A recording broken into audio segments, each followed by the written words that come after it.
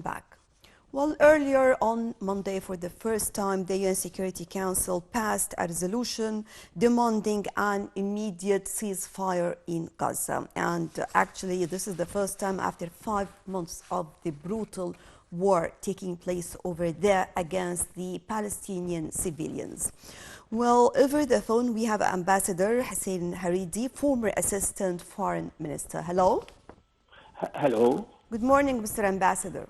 Good morning, madam. So first of all, I want to shed the light on this move. Talking first about this demand or this resolution for an immediate ceasefire. And we know that many countries, about 14 countries, were in favor of this, and the United States abstained. How do you see this? Well, it's the first time from October 7 last that the Security Council has adopted a ceasefire resolution in Gaza. This is a good step forward, and the United States decided to abstain instead of vetoing the resolution, and that, of course, that reflects a change in American policy towards the war in Gaza. So let's hope that negotiations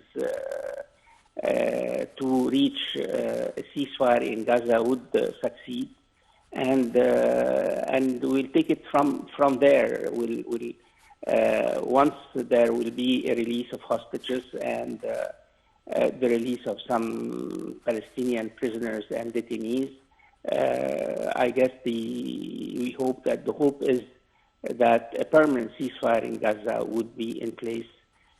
So I guess that it's a turning point in the way the Security Council has dealt with the war in Gaza. Well, how far do you see this can be effective? I mean, regardless of any of the resolutions or demands of the whole world and the whole nations, actually, Israel insisted on bombarding and using all what they can against the innocent civilians in Palestine. So from your own point of view, how do you read the scenario, or do you expect that Israel can be under pressure to stop this fire against Palestine immediately? I doubt it very much. The Security Council resolution carries political and symbolic significance. And as you said in the introduction, 14 member countries in the Security Council voted for the resolution, and that shows the solidarity, international solidarity, whether within the Council or internationally, for a ceasefire in Gaza. So I doubt very much if Israel would really take that into consideration. But however, it cannot ignore the fact that it has become isolated internationally.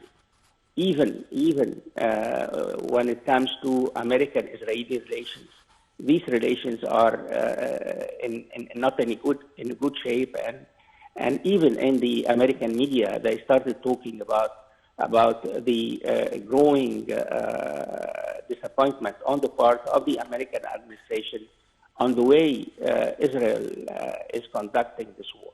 Anyhow, as I said, I guess that the resolution of the Security Council last Monday carries a political significance, and that's what. And on the other hand, it's a moral support and a political support for the Palestinians. I know that it's a very small support. It doesn't change the reality on the ground, but still, it's something.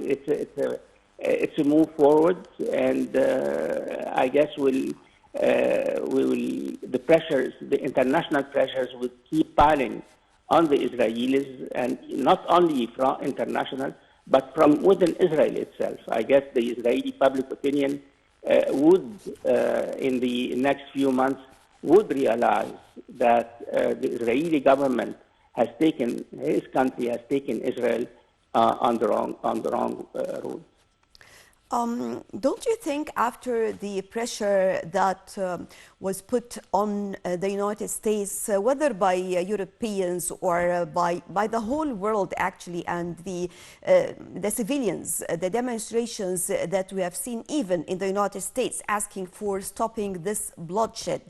So don't you think if the United States stopped just assisting or sending more assistance to Israel, that this might help a lot in stopping this bloodshed?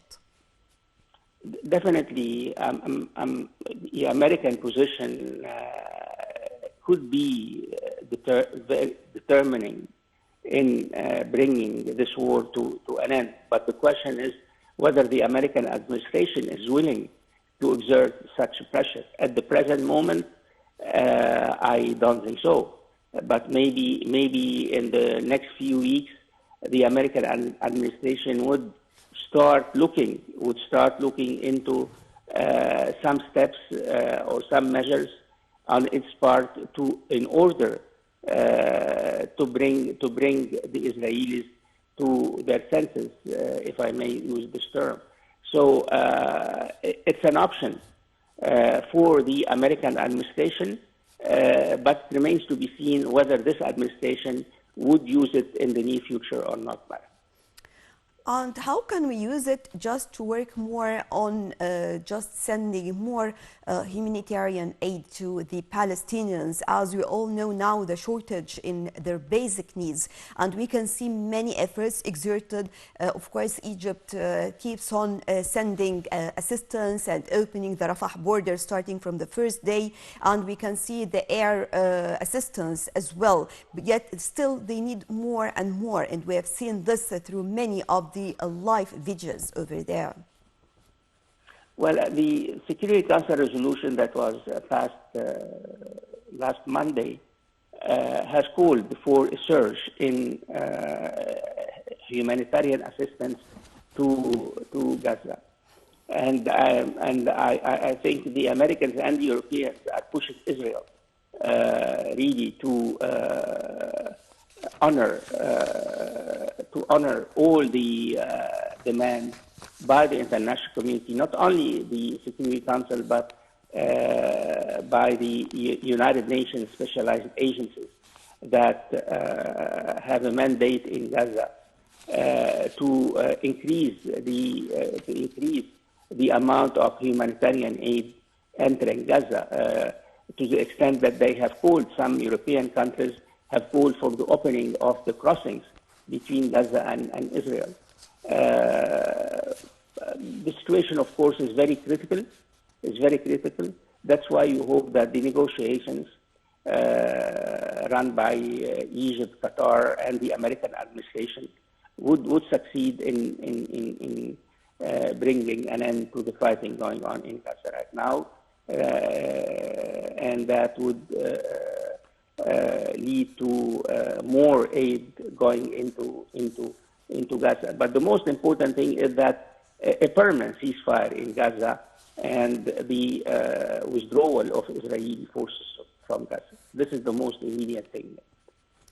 Well, starting from the first minute, we have seen Egyptian efforts, whether we are talking about different meetings that were held, whether on the international level, Egypt with her partners or allies in just helping and confronting this bloodshed in Gaza.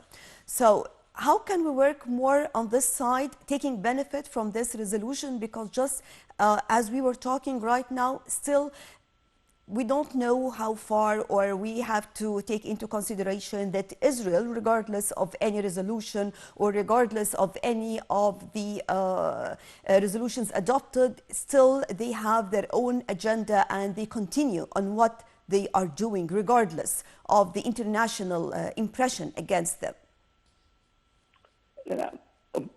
It goes without saying that the Israelis have their own agenda when it comes to the Palestinian question. Whether we discuss the situation in Gaza or the situation in the West Bank, or even what would happen in Gaza once this war comes to an end. That's for sure. But we should keep working. We should keep working. We should, as far as Egypt is concerned, we should keep working with the American administration, with the European Union, with the United Nations, and with the Arab countries in order to bring pressures to bear on Israel. We should not give up. And I guess I guess that these efforts would bear fruits, but hopefully sooner than later.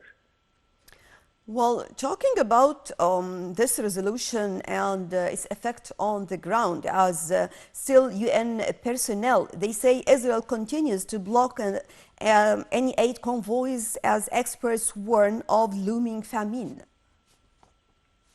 Well, we all know what Israel could be up to in Gaza. The long-term objectives of this Israeli aggression, of this war against the Palestinians, innocent Palestinian civilians. We all know that.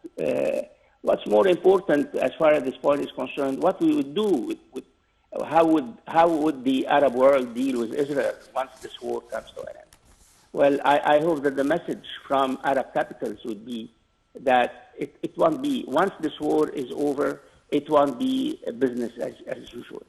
If this message gets through to the Israelis, then maybe that would make a difference. But as long as the Israelis do believe that the Arab world, without a single exception, that the Arab world would, once this war is over, would conduct relations with Israel as nothing happened, then Israel would keep on, won't have an incentive to bring this war to an end.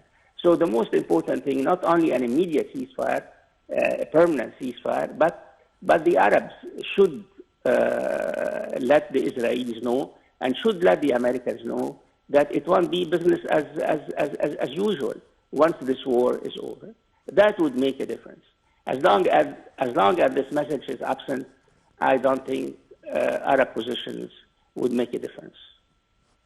And do you think this can help when it comes to the Israeli politicians or leaders just to change their agenda, just as you mentioned? Because at the end, let's say that politics can never be separated, for example, from economic benefits or economic issues.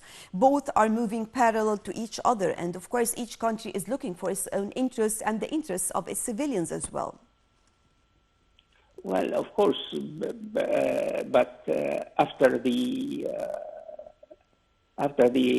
death or the assassination of 32,000 Palestinian civilians in Gaza, and after the growing annexation of the West Bank, I think that the Arabs should make a stand as far as their relations and their future relations with Israel is concerned. We should make a stand. We are interested in finding a permanent solution according to the United Nations resolutions to the Palestinian question. We cannot, we as Arabs, we cannot, once this war is over, we cannot revert once again to the way we had handled and managed the Palestinian question before October 7th. Because there will be, from a historical point of view, from a political point of view, there will be before October 7th and after October 7th. And let us hope that the Arab countries, without exception, once again, without exception, would draw the proper conclusions of the post-October 7th era in the Middle East. Well, also, I think just now, after all what is happening, I believe one benefit out of this is the international recognition of the Palestinian rights that we used, Egypt especially, we used to fight for this years ago, the Palestinian cause. And today we can see worldwide everyone is talking about the rights of Palestine.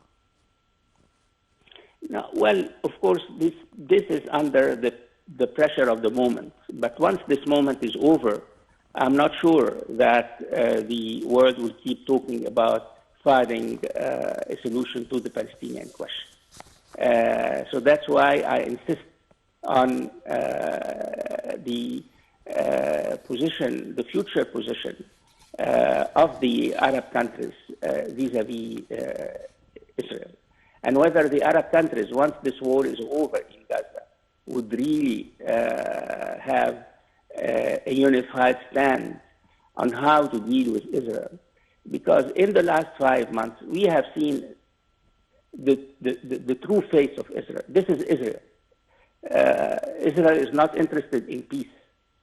So let's see but believing that the present engagement of the international community vis-à-vis the need to find a permanent solution to the Palestinian question would remain as such, I doubt it very much. Well, Ambassador Hussein Hareedy, former Assistant Foreign Minister, thank you very much for joining us. And I guess with this, we come to the end of our breakfast show for today. Thank you all for joining us, and stay tuned for more coming up on Nile TV International.